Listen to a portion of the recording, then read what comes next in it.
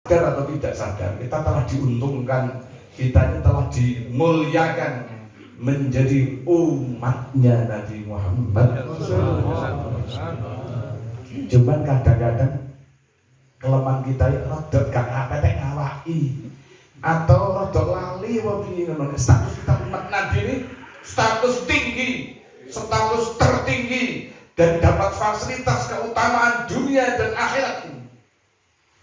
Tapi sekarang gak apete ngawaki atau rodok lali atau tak lali. Tahu tak lali? Sebenarnya ingat, tapi pura-pura lupa lah. Coba kita bisa bayangkan, status kita ini banyak. Misalnya status kita sebagai seorang bapak. Kita bisa membayangkan kalau statusnya bapak lari lebih. Aku lari jadi bapak, anaknya 10. Statusnya bapak, anaknya 10 lupa. Ya terlantar 10 anaknya itu. Coba kalau kita ini suami, statusnya suami, baru kita punya istri, lali deh.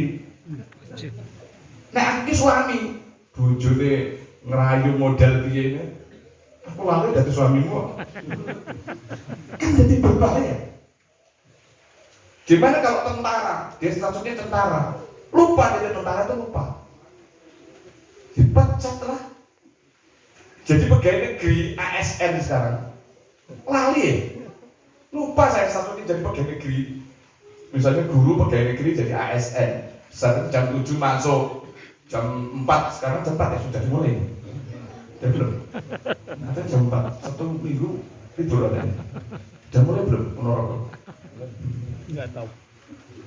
Jadi pegawai negeri jadi ASN, wah ini atau pura-pura lupa lah. Ini nggak dapat fasilitas lah. Nggak konsekuen, tapi kesuwen itu. Nggak komitmen. Tidak dapat fasilitas lah. Statusnya kita ini banyak. Kita ini status kita ya bapak, ya suami, status kita petani, berdagang, mungkin ASN, mungkin tentara, mungkin kepala MI. Saya punya teman ini di Pondok Tegalar ini, Allah jumpakan lagi. Sudah berapa tahun Pak Mahmud ini? Tahun 89 ini, Allah jumpakan lagi sampai sekarang. 89 sampai 2022 berarti 31 tahun belum jumpa. Allah jumpakan Pak Mahmud. Ini kepala MI statusnya. Statusnya saya bagian tukang rosok. Kalau statusnya itu lupa, wah bahaya ini. Nah, di antara status ini semuanya, itu semua ada tanggung jawabnya. Dan kalau ditunaikan, ada fasilitasnya, ada keuntungannya, ada kelebihannya, keuntungannya, maslahatnya. Kalau lupa ya berbahaya. Di antara status-status ini yang tertinggi kita ini menjadi umatnya Nabi Muhammad. Gimana kalau lupa? Ini yang berbahaya ini.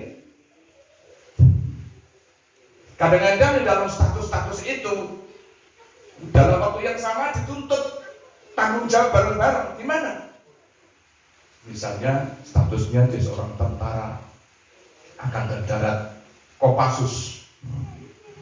Kemudian di samping dia sebagai seorang Kopassus tentara, dia juga statusnya itu sebagai seorang suami sekaligus juga sebagai bapak. Pas satu ketika komandannya punya perintah, Kopassus anak buah, kamu besok berangkat di perbatasan di sana, kamu berangkat untuk perang. Sisi lain istrinya di rumah hamil mau melahirkan. Sebagai seorang suami yang baik, sebagai seorang bapak yang baik, harus juga memelihara, juga memperhatikan kebaikan-kebaikan, keselamatan, kesehatannya daripada istri dan anak-anaknya. Tapi waktu yang sama dia statusnya sebagai tentara, diperintah untuk perang. Apa kira-kira mana yang kita dahulukan? Yang saya lupa komandan, kan saya kan seorang suami di samping tentara, Pak. Oh iya, betul. Saya juga begitu, sebagai juga di satu suami, saya juga seorang bapak. Saya ingin menjadi suami yang baik dan bapak yang baik. Oh iya? Terus maksudnya apa? Saya nggak usah berangkat saja Pak ya. Nggak usah berangkat ke sana, saya tak ikram keluarga. Kira-kira komandannya gitu. Pamit gitu. Oh ngono ya Kang, sampai kayak hadiah ya. Dijual pistol, tembak dasar. Gue tadi duduk tentara kayak ngono rek. Karena mulai ngaret terus. Ya, pada saat ada takazah yang bersamaan, maka seseorang harus cerdas mana yang perlu diprioritaskan.